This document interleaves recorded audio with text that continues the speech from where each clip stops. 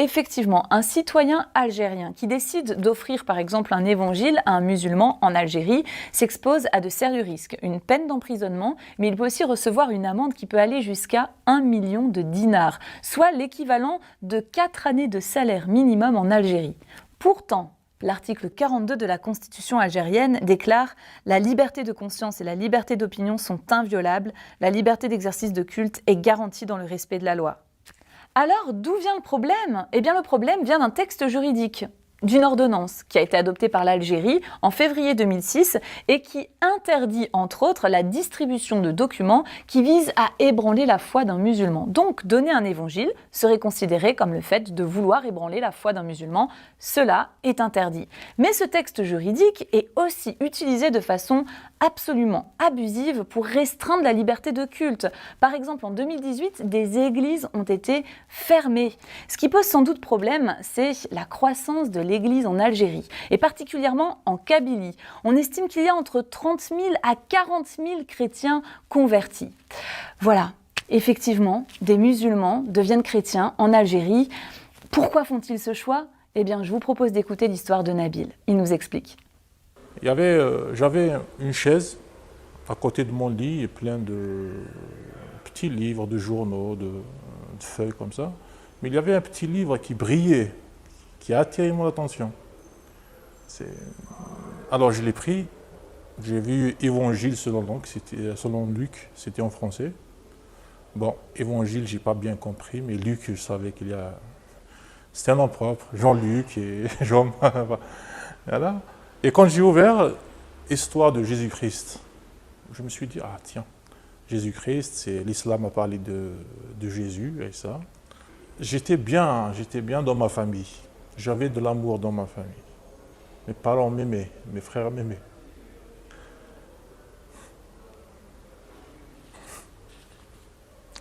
Mais l'amour que j'ai découvert à travers l'Évangile, c'était spécial. À cette époque, mon père était mort, donc il y avait beaucoup de... Bon, il était mort. Mais j'ai découvert un père dans la Bible, mais... J'étais ressuscité à ce moment-là. À ce moment-là, j'étais né de nouveau. Et je disais à Dieu, avec des pleurs, avec des larmes de joie, des larmes de tristesse en même temps, mais pourquoi tu as attendu jusqu'à l'âge de 25 ans ? Pourquoi c'était pas avant ? Si Nabil a découvert la foi en lisant l'Évangile, d'après Youssef, un responsable d'église, ce mouvement de conversion en Algérie peut s'expliquer de différentes façons. Oui, il y a plusieurs façons vraiment que Dieu agit. Moi, je pense que le média il fait un grand travail en Algérie. Mais aussi, il y a beaucoup de chrétiens algériens qui ont une expérience divine avec Dieu, à travers vraiment des guérisons incroyables, des rêves incroyables. Et à travers ces choses qu'il vit, et quand ils sont touchés, personne ne peut l'arrêter à ne pas témoigner. Il témoigne les gens, et les gens vraiment, ils sont curieux, ils veulent venir à l'église pour voir ce Dieu, ce Jésus, vraiment, qui se manifeste. Mais aussi, il y a une chose importante, surtout en Kabylie, parce que à l'islam, ils ont été obligés à prier en arabe, mémoriser évidemment des versets coraniques en arabe. Et souvent, ils ne comprennent pas vraiment ce qu'ils disent. Alors, il vient à l'église, ils trouvent tout en kabyle. Et ça a touché beaucoup de gens. Les chrétiens, plutôt les gens en Algérie, surtout les chrétiens, ils réalisent que ce Jésus, ils comprennent toutes les langues, pas uniquement l'arabe. C'est vrai que les chrétiens algériens font preuve de beaucoup de courage. Par exemple, même si les portes de leur église sont fermées, eh bien certains d'entre eux continuent à se rassembler à l'extérieur, parfois même sous la pluie, pour continuer à louer Dieu.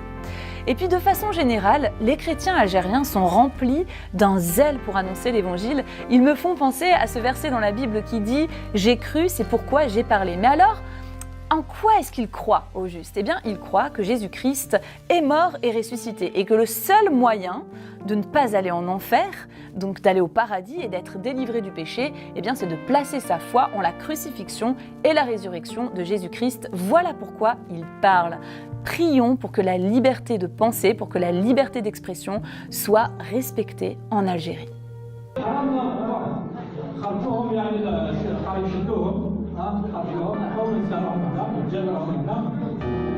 Voilà.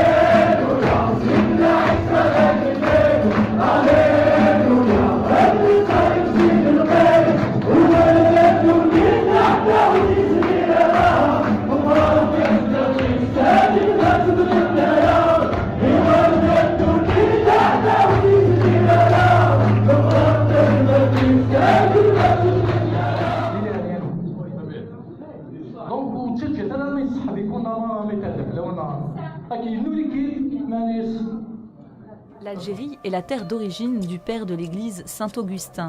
Islamisé lors de la conquête arabe, rechristianisé lors de la brève domination espagnole, puis re-islamisé sous les Ottomans, l'histoire des chrétiens dans le pays remonte à très loin. Aujourd'hui, les chrétiens algériens, dont la majorité est affiliée à l'EPA, l'église protestante d'Algérie, sont discriminés et harcelés dans leur vie quotidienne. Des lois promulguées en 2006 régulent le culte non musulman, limitent la liberté d'expression des chrétiens et leur interdisent de parler de leur foi à un musulman. Mais les plus persécutés restent les chrétiens d'arrière-plan musulman. Ils subissent en effet la pression de la société, mais aussi de leur famille, qui voient leur conversion à une autre religion comme une trahison et les menacent souvent de rejet, violence et parfois même d'assassinat. Ces derniers mois, une dizaine d'églises ont été mises sous scellé sous prétexte de mise aux normes. En réalité, il s'agit d'un moyen de pression pour tenter d'affaiblir les chrétiens et de réduire leur visibilité. Les chrétiens d'Algérie ne baissent pas les bras et veulent faire valoir leurs droits. Dans plusieurs églises fermées, des tentes ont d'ailleurs été installées à côté du bâtiment pour continuer à se réunir. Les chrétiens algériens prient et jeûnent pour leur pays. Malgré la persécution, ils sont conscients qu'ils ont un rôle à jouer.